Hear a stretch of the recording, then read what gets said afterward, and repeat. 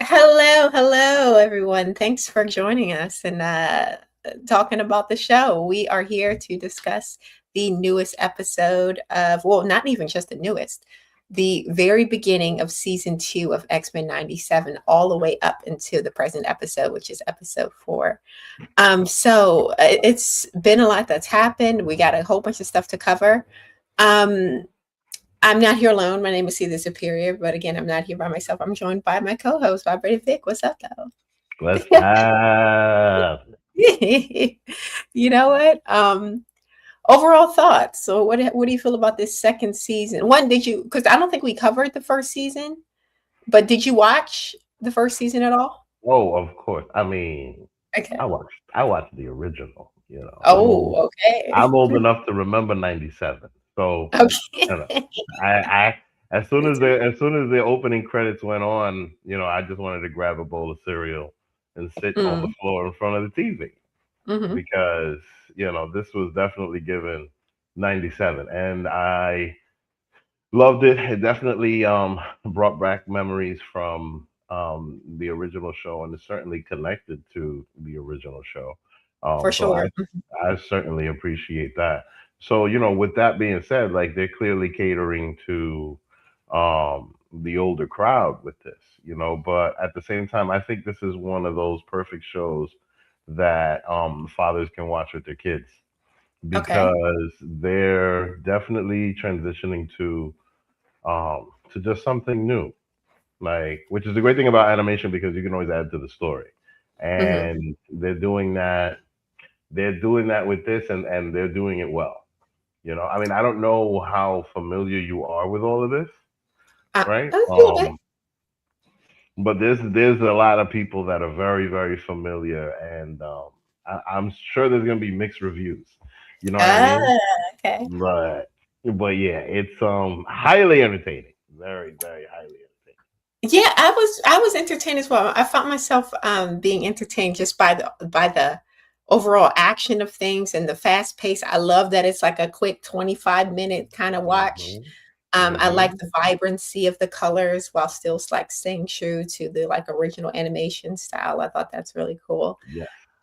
But when we open up on episode 1, we see a very enraged Wolverine. He's got his whole, got some mutton chops and hair Mhm. hanging out the sides. Yeah, that is wild. And That he is was, wild. yeah, he was going ham on some of these like, future kind of like Hmm. bad guys. And he was doing that for the sake of Forge, who returned to this time, or at least got to this time to help them return to their normal time in the 90s because and when I say they, I Hmm. say Storm, Oh yeah, man. Wolverine, Jean, Scott, they all were sent to the future um along to like kind of not rescue but stop. No, they were sent to the future in order to prepare Nathan to potentially, like, I guess, go against Apocalypse, while simultaneously the other group were sent to the past Hmm. to kind of take out Apocalypse before he became Apocalypse, essentially, if I'm not incorrect. Shout out Yes. to the chat. What's up? Silhouette Animator. Hey, thanks for being here. Storm Hmm. is my fave. You know what? I've always been a Rogue girl. Rogue has always been my favorite. I love her accent. I love like her kick butt nature. Vic, who was your favorite X-Men? Well, it's always been Wolverine, honestly. Since Okay. childhood, it's always been him.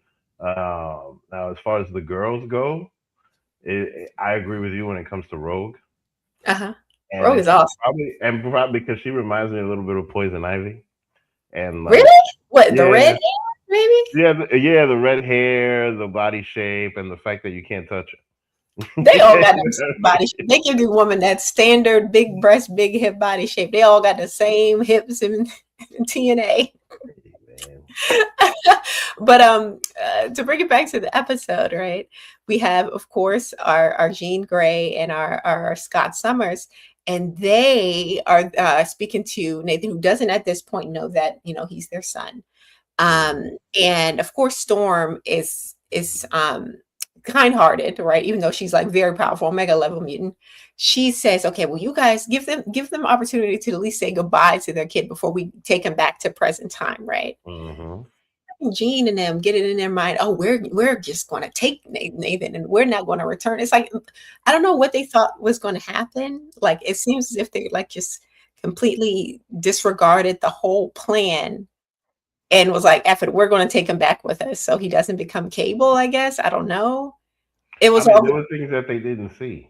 There were certainly things that they didn't see. They didn't see his destiny, I guess. Mhm, Uh, because like the old lady was just talking about his destiny and what he was going to become. I wanted mhm. to learn more about that old lady because I Oh didn't yeah, know. her right here. Yeah, Very yeah. interesting. She's the one who actually sent him around to these different places, so she's a Mhm. very intriguing character. But let's get Mhm. into these comments. We got Silhouetted Enray says he loves Rogue. Hold on, am I missing one? So all this happened thus far is they made Cable's future set in stone, and we'll see similar happen in 3000 BC. Facts. It's like they tried to make things better, but then ended up just making things fall into place, and that's kind of a theme that we see in the later episodes as well. Um, Mhm. her voice seems off with Rogue, so her voice seems off in this show. But Yeah, I don't think they I don't think they clearly got the same voice actors for most of them. You know. no, they did. As far as I'm aware, they got the same voice actor for Storm, and I Mm. want to say the same voice actor for Rogue. But you said yeah, Rogue. Okay, so I'm right. But some of them do have new voice actors, though. I think Mm. Scott, I think Wolverine, a couple of them do have new voice actors. Okay. But we have some villains here through this episode one. There was this one guy, I didn't get a picture of him, but he had like the drum set. He was looking like he was on the drum line. I was like, what the heck is this? That was weird. Yeah, I know. That was odd. That's a weird power to have. Like Yeah. you just And how sitting do you even there. find that out? How do you find that out that you got this drum power? It was very No. odd. They started fighting, and I thought the very cool part of this fight scene was Morph when he morphed into Thor for that one scene. Oh, there he is. That's Yeah. the drum guy. I love seeing like these characters that Morph can turn into because I want to say last season he turned into somebody too that was an Avenger, and it's always cool to see. But That was essentially, definitely cool because how did he know to do that? yeah, it's You know? awesome.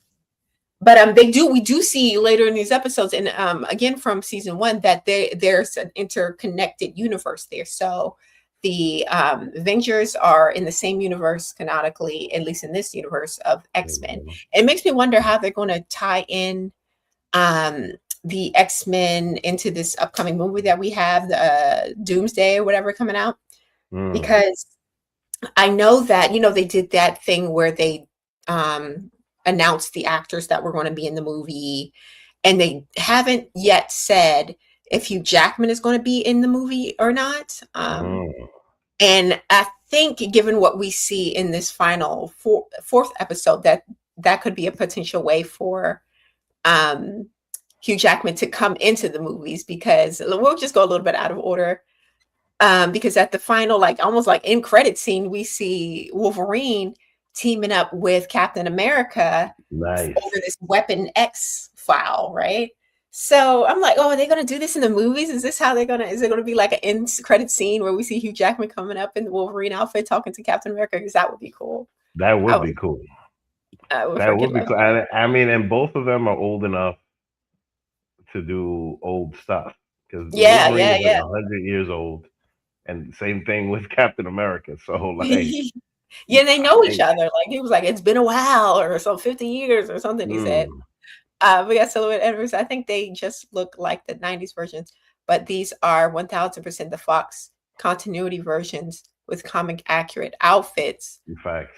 for Doomsday specifically. Okay, I didn't catch that, but that'll Mm. be. I would love to like go into depth and see how they actually like make that happen. But to take it back to the show, we have episode two, which was called X Force. By the way, Mhm. I thought that was cool how they That changed the was wild. intro. That was awesome, right? And they did that Hmm. for each episode. They changed the intro a little bit I with the. love that. Mhm, I really, really love that. Like, you get to see every episode has like a unique beginning and end. mhm. Um, which is awesome about this. Yeah. Wow. It's these little details that really make a lot of difference. Mm-hmm. But we have essentially in this episode, we have the X Force. And keep in Mm. mind, there's a lot of X's going on. We got the X-Men usually now. This episode is about the X Force, which is our girl Jubilee and Mm. Cable and a couple of others. They're like this vigilante group, right? And directly opposed to them are this government force called the X Factor. And they are essentially like, working for I want to say the US government to kind of like Mm-hmm. do things, right? And it seems as if in this episode that Jubilee is fresh from being an X-Men. She's working with Cable like out of like necessity because she's not 100% down with all of his ways of getting things done. He seems a little too Mm. brutal for her. She's still very much on the wants to be, you know, perfect good as opposed to like chaotic good, which seems to be more along what Cable is. Mm-hmm. Um, but when they at the beginning of the episode, they're searching for this one guy to get some information from him. Cable and them ends up killing the guy, and she's not down for it, but she says, "Look, if you behave yourself, I'll tell you some intel on what I think I know because I got some things that I think that I know, right?" And Mm. which led them to our girl over here. Her name is escaping me at the moment, but she's the one who turns into like the diamond. So help us out in Mm-hmm. the chat, Silhouette Admiral. Who's this again? Is it Emma? Is it Emma I'm a Frost? I want to say fraud. Emma. It could be. Okay, Emma Frost. Okay, yeah, Mm-hmm. that Mm-hmm. Mm-hmm. guy in the chair. So she, if anybody reminds me of Poison Ivy, it's going to be her because she's kind of like a little evil, a little devious, but still trying to like, get some things done. I feel like she's our Poison Ivy character. Mm. But this was a trap. Emma Frost ends up leading them to a trap with X Factor, right? And I of mean, but course, that makes her on brand though. who? Because like she's always about her benefit. Like she was like that Okay, in yeah, the movie. She was like that. She's always been like that. Where like yeah. she's like the type of girl that goes with the guy with the most money. You know what I You mean? know what? And I heard this is I didn't read the comics, but I'm hearing online that she also had a thing with Scott Summers. Like her and Scott used to be like a thing. I always thought that Scott and Jean were just like that was it, right? But apparently Scott out here in these streets and Jean out here in these streets. Which is wild because I think in one of the last movies they made Scott and Jean like they met as teens. Which Yeah. I don't think that's accurate. I don't think it's accurate that they met as like kids. I think Let they us met know, as Silhouette and oh Matter. Did they meet word as for kids? real. I think that was that movie that kind of bombed. Wasn't that like Dark Phoenix? Where they kind of made it seem like they met Mm-hmm. as kids and stuff like, yeah, Mm-hmm. uh-huh.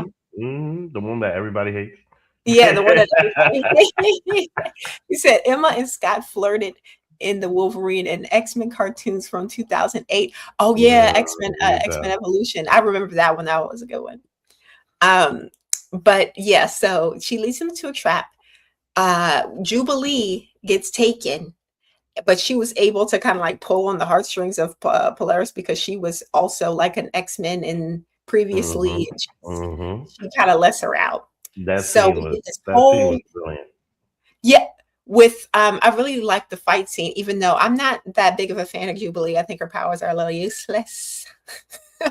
Well, you know what? I'll be honest with you. That sentiment has always been there. Because here's Oh, the okay. truth: like Jubilee was the center of the very first X Men episode. Oh, Back then, like she started the show, okay. and the thing is, when it comes to her, there's a very big difference from like the insecure child that she was back then to Mm-hmm. what you see here. Like Mm-hmm. she's got a ton of confidence. She's doing all of these things and using her powers to the fullest. Even Mm-hmm. though there's not like you don't you feel like there's not much to it, but No, she's definitely grown into her character. Like, I you know, guess she got use what she got. I guess because she it's like what's hey, just like little firecrackers. It's like all this is to yeah, like it's these. like it's like fireworks that just come out. Yeah. Mm-hmm. Whack, Mm-hmm. whack. She Yeah. can't even fly. Her little boyfriend had to come and help her out and Listen, catch her before she fell to her death. it's funny because next year people are gonna be saying that about Jubilee for 30 years. Straight up. Like that's nothing new. But it's just shocking how much she's like grown up. See, I don't get it. Hold on, we got Quentin in the chat here. What's going on? Thank you. We said they did meet as kids in the original Oh, okay. Two Oh, look at of that. Xavier's first students. Oh, wow. Okay, Ah, good to know. okay. Magneto doesn't know she's his daughter. Who? Oh, Mm, Polaris. Oh, okay. Polaris is Magneto's estranged daughter. How many kids does wow. Magneto have? Yo, He's a Rolling Stone, huh? Is that what it for is? real, bro. He's acting Dominican out here. Oh God. He can't say He that. knows Wanda and Quicksilver are his kids in the OG cartoon, but not Polaris. Oh my Mm, God. So that will be interesting how that develops. You know what else? I would want to see how they handle Scarlet Witch and all of that in this series. I know there was like a little quick like blinking you missed it kind of cameo by them in the first season, like in the background. They didn't even I don't even think they spoke. But I mm, wonder if they would be able to like officially use those characters, as specifically Scarlet Witch. But yeah, the whole episode of this second episode was kind of like Jubilee, showing off mhm, Jubilee, like propaganda for mhm, Jubilee. She can actually fight. She can actually do stuff. She's kind of kick mhm, ass. That's what it felt like to me. mhm, mhm, exactly. Good for her. She did end up rescuing a bunch of mutants from this facility, though. So I wonder if that's going to play into later episodes because quite a few of them like look like they had some really like unique and interesting powers. We just didn't really get to see exactly what those were. But take it on to the third episode. We're in the past, guys. We are in Mm, what essentially looks like ancient Egypt, and we are there with Nar, and mm, Magneto, right? And this is Apocalypse, right? This is Apocalypse before he became Apocalypse, and Magneto has it in his mind that he can turn this Apocalypse character before he becomes Apocalypse so that the events of what's it called, Genosha, and all of the deaths of all these mutants wouldn't happen, right? So he's kind of feeling guilty mhm, over what happened with that, and that's his whole motivation. Whereas we see Professor X, it's kind of like, bro, we don't need to be here because at the end of the mhm. day, this is Apocalypse, and there's nothing we can do. We just need to get out or like get rid of him, one or the other. There's no turning this guy. This was probably one of my favorite episodes because of all of like the action and like the backstory we kind of get on Apocalypse. We see he was hanging out with the Sand. Forgive me, I forget the name. I'm going to call him the Sand Gang. The Sand Gang took him in when he was a little boy. The Sand game. The Sand Gang took him in and essentially like Oh, rescued man. him. Hey, thanks for being here. First time viewer, Hey, we appreciate you. thanks for coming. Oh, thanks for coming. But what do we say in Sabernur? Okay, yeah, that's Apocalypse, right? Mm, yep. Um, and so this whole episode, we were just kind of seeing Apocalypse as before he became that. And I really like that because he was so powerful even then. And there was this one clip I had to get out because, like, dang, look how he threw the elephant. Mm, That poor elephant had to right. die for the sake of the action. But things must Mhm, happen, right? Oh, okay. They're called the Sandstormers. Okay, so the Sandstormers took him in, and essentially raised him or helped him become the man he was, at least until that point. okay. So by the end of the episode, we have our crew who are still in the past. So again, there's Rogue, Beast, Mm, Nightcrawler, Magneto, and Xavier. They are kind of working with Magneto to kind of get him to want to be on the side of we got to get the F out of here, right? Because he's still mhm, trying to work with this guy. Who knows why?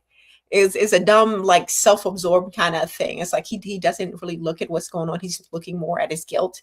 And what's interesting this episode, we have this character who later mhm. gets revealed to be Kang, which I thought was so cool. That We was get cool. That was just straight projection. Like, where if this is gonna show up in like episode 9 or something, uh-huh. then it's gonna be something. Um, Ah, like the point is that Apocalypse is not the end game here. uh-huh. Like they going far, and I'm here for it. You know what? I loved how he's like looking in the camera too. Okay. Like Look at that too. I didn't even peep that. Look at that. looking all evil into the camera. But let's see what's up with an animator. Oh, he's talking to Silhouette. Hey chat, hey chat. Yeah, yeah, Thanks for they being going in. Oh wow, that's first. here. Yeah, I've been talking. That's hilarious. They're talking. Or his Oh voice wow. acting from Star Trek. Oh, okay. See, they got a lot of voice actors here. That's your thoughts on Black Cinematic, a Deception company potentially creating animated divisions, all Black TV ones. I haven't heard of them. Let us know in All the right, chat. make an animated Black Lightning. Bring back the, Oh, you know what I mean? Do that. Hell yeah, do that. yeah, that You would know be what I cool. mean? Yeah. But back to the episode, we do get more flashbacks of Nur when he was a baby, when he was like a Mm-hmm. preteen, and him being enslaved and kind of ostracized, and that kind of uh, created him to be the man he is today, where he confesses to Rogue that he doesn't even sleep because of all Hmm. the trauma that he's experienced. Hmm. And a shout out to Rogue because Rogue is essentially the Helen of Troy of this series so far. All she brings all the boys to the yard. Everyone loves on Rogue, even though they can't touch her. Mm-hmm. I was thinking like, what they trying to set up a little romance here? I wasn't sure, And for but it's real, that was looking like it too because, yeah. and you know what's But, crazy? but She's missing.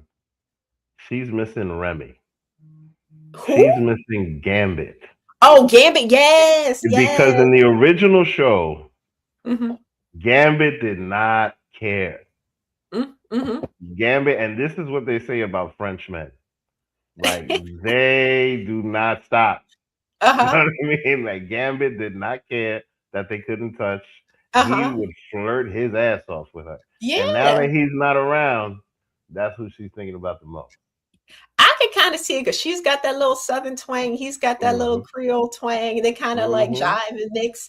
But yeah, Hmm. Rogue's out here in these streets. I know from the movies she used to talk to Iceman, right? She used to Hmm. talk to Gambit. She talking to Magneto, and then potentially was something going on here with no. I don't know. This lady Hmm. got you know beer on her tits. I don't know if everyone loves I her. mean, she's for real. She's She got Rogue. Everyone loves Rogue, right? everybody loves Rose. She's like Blanche Devereaux, if you know the Yeah. meaning.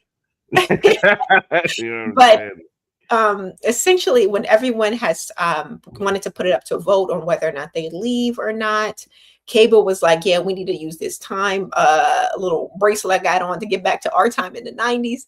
But here Hmm. come frickin' Magneto, going to like disable the gadget so they couldn't leave, just Hmm. so they can take Noel to this bill. And this is what I didn't understand about the episode. So in the chat, please let me know um, what your thoughts are about this, because why would Professor Xavier want to take Nar over to this temple where he can see the whole shebang, like he can see everything about his future and how he's really supposed to be Apocalypse? Like, what was the point of taking him there? It's like, if anything, wouldn't you not want him to see this? So you go back and watch the original series. Yeah, I can watch a couple episodes. I wonder how many seasons it has, but I can knock out a few. I think it's But four. chat, let us know, why would Professor Xavier take him to this temple where he can see all of the lies that they've been telling him from the beginning? They didn't tell him nothing about what he was supposed to be. And I honestly feel like that was a mistake. Maybe if they would have came to him openly, like, hey, in the future, we're from the future, and in the future you're a bad guy, and we don't want you to go down that road. But they take him there, so it's like, what the heck? So story, but they're black owned production studio animation ones. Oh, you talking about the studio? Okay. He's trying to change his ways, but change his way Hmm. by showing him everything that they were lying to him about. I don't get it. I don't No, get it. he's trying to. It sounds like he's just. I mean, he's good at the guilt trips. Okay, didn't know it was the Professor ship. X, Professor X, Uh he is the big mama of the X Men. huh. Big Yeah. Mama knows how to talk to get you to feel bad, to do Uh whatever huh. you need to do. He does Hmm. that with everybody. That is on brand. And you know who knows that better than anybody? Magneto. Oh, his boy, Magnus. Yeah, but that's why Magneto always got a helmet on. Oh, okay. So The, Xavier didn't know until he saw, even though mhm, he had all this, mhm. The until, only reason that Xavier can't control Magneto is because he's always got that helmet on. That's oh, it. well, Magneto knows that. speaking of, Mhm. Magneto Yeah. had a really like cool like final couple scenes because he realized that his mistake of not allowing the crew to go back. He puts their little gadgets back on their Mhm. wrists and kind of tries to force them through this time warp. He got most of them through. However, before he can get Xavier through, that's when old boy show up, Nerd. He's pissed off, right? Because now he knows the truth that they've been lying to him this whole time. Mm. And at this point, he has already walked through the portal and become Apocalypse. So it's Yep. really not much they can do. Yep. But Magneto, he tries to kind of get the ship, the ship that only Apocalypse can control, to be destroyed. And he had this Mhm. really cool, like, scene where he's pulling everything, the big Magneto scenes that they love to give him. And Mhm. I love that they give Mhm. it. I love to see it. But by the end of it, freaking Apocalypse grabs him by the skull and zaps him into oblivion. We got the heated Mhm. the heated helmet of Magneto, and that's all that Right. was left. Yep. I thought that was a very brutal death because we saw it through the eyes of Xavier, who of course is like his best friend, BFF. We got to Mhm. see how his body heated to the point that we could see the skeleton through his frame right Mhm. before like he was blasted. And Mhm. it was all very graphic. And by the end, freaking Charles Xavier, he was like, "You dirty MF, I wish your mama would have aborted you." And he's still stuck in all kind of big trash. You see? You see? He'll say the worst things to make them feel bad. Like he is very good at attacking the emotion. Uh-huh. Always has been. And he's He trying to was do that.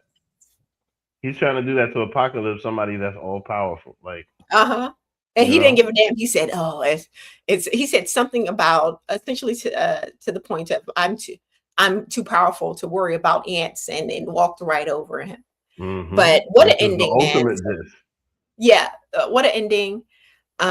Again, that right at the very end, we do get that scene that we discussed earlier. But I clearly know because this is based on a comic book, and comic book characters never die. They're going to find a way to bring Magneto back. Magneto is the bread and butter, I feel, of a lot of this show. It's like Xavier's the Mhm. bread, Magneto's the butter. You can't have one without the other, right? Fact. Bars. Fact. And I wonder how they're going to bring him back. I hope they do it in a way that makes sense, right? Because we've been getting like a lot of deaths. Of course, we had Gambit who died in season one, Mhm. Mhm. which was also a very like epic way to go out. The way he went out, Fact. awesome. And now we have Magneto, so there's going to have to be somewhat of a resurrection of sorts. I wonder if he's going to be a part of the Horsemen in some way, because I Mm. do know that the Apocalypse character, he has these horsemen that kind of work on his behalf. And in Mm. the movies, so the live action movies that not a lot of people liked, it was Angel, and it was that one girl with like Psylocke. the yeah, Psylocke. Yeah. Mhm. So And here I mind you, wonder if she's always been around, it's just never a main character. I'll tell you one thing. I first learned about Psylocke in the video game that you had to put the coins in back in the mhm. day. Like that's literally the first time that I saw that lady as an X Men character. But because I didn't read the comic, it wasn't. She wasn't in the original show, and if she was, it was probably very lighthearted. And I didn't read the comics. Maybe she was in the comics. Maybe I know, but Mm, honestly, like she's not a big deal. And like the fact that she was there, I was happy to see her because I always wanted to learn more about her. okay, I seems like we're always going to was get very. more of her because Mm-hmm. she's part of X Force, I believe. But shout out to the Yeah. Lawrence Report. Check out his channel, everyone. In the chat, check out the Lawrence Report channel. He's awesome. We got Quentin, best animation ever. Dialogue is the truth. I was Fact. just saying this to one of my friends. I was like, they give a lot of great one-liners to these They characters, do. specifically like Wolverine had a whole bunch of good one-liners. There's been a whole bunch of like great dialogue and one I shots. mean, and this is true. It's always been that way. Mm, It's always been that way because I want to say that at this time in the '90s, I think that looking back at it, we realize it now as older adults, but it was very grown up. Okay. A lot of it was very, very grown up for kids that are like, 11 to 15, maybe watching this. A Hmm. lot of it was very grown up. So, I mean, mind you, especially the relationship between Rogue and Remy. Like, Hmm. you know what I mean? Like, And Rogue and Magneto now, because they was a thing in the exactly. last season. Mhm. Exactly. So, like, Interesting. this thing, it's just that I just love this as an amazing continuation of Mhm. great content from back then, and I'm here for it because it doesn't always work. A lot All of right. things that they try, it's a flash in the pan, but it doesn't always work. And this thing is definitely going to be as good as the Karate Kid, which Mm. they did again, and it turned out to be good. So I'm definitely here for it. But thanks everyone for being here. We're going to hit the chat in just a second to go over to the comments. But before we do, please join us for more X-Men. We're going to do the very next episode next week, same day, same time. And we're going to be discussing the one singular episode, which is episode 5. Hmm. We got Quentin in the chat and bringing back Gambit. The Elementals will have something to do with it. The Elementals was in the original series as the thieves, Gambit's crew, and the assassins. Yeah, Oh, I remember okay. that. I remember Bring back that. Oh Gambit. yeah. I really want Gambit to come back. I like his accent. I think he's Hmm. a cool guy. And I need him for my girl Rogue because that's my main squeeze. I cosplay as Rogue. I love her as a character. So but yeah, that's it, guys. Thanks for being here. Thanks for joining us. If you like the video, please like the video. Tomorrow, we're going to be discussing the newest episodes of My Adventures with Superman. So if you enjoyed that show, please join us back here tomorrow around 7:30 for that discussion. But if not, we'll see you next week for more X-Men. See you later. Bye.